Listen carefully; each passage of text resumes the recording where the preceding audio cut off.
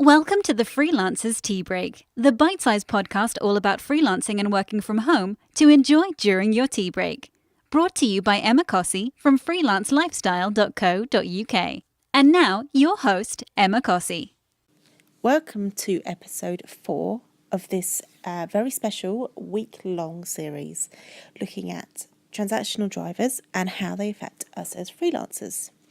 If you want to go back and listen to the other episodes, if you haven't listened to them yet, they're only about 5 minutes each, so you can just have a look through. If you're on SoundCloud, you can find them all in one playlist, or if you're on iTunes, just go back and look at the previous 3 podcasts.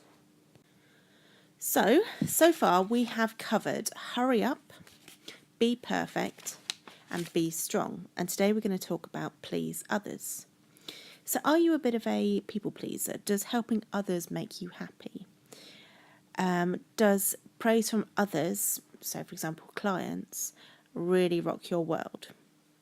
Please others is probably one of your drivers if all of these sound familiar, and they're actually a really, really common driver for freelancers.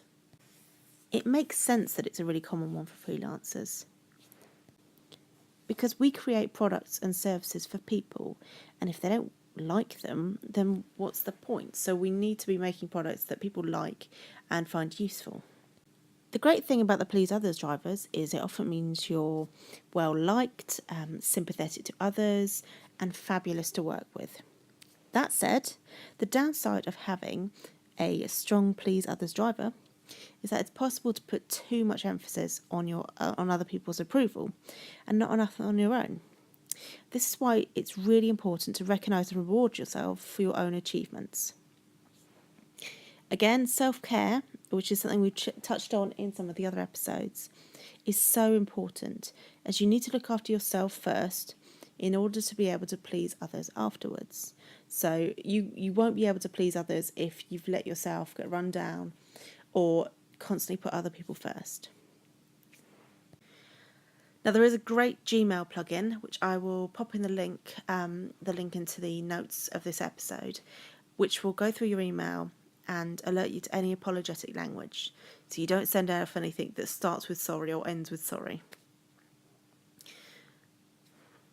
Equally, it's something you probably need to practice not saying as much when you're speaking to people as well, and clients. If you start off on an apologetic note, it can lead to clients sometimes taking advantage. So be aware of your language and how apologetic that you're sounding.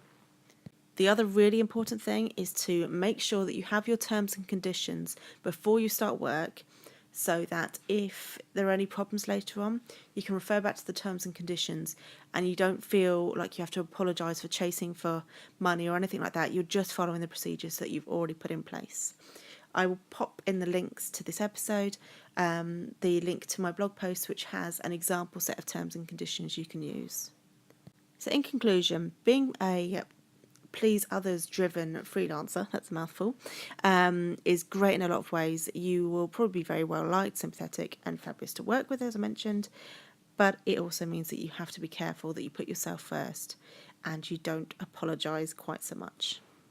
If please others sounds like your strongest driver, do let me know on Twitter, freelance_life, or jump on over to the Facebook group, the Freelance Lifestylers, and let us know what you think.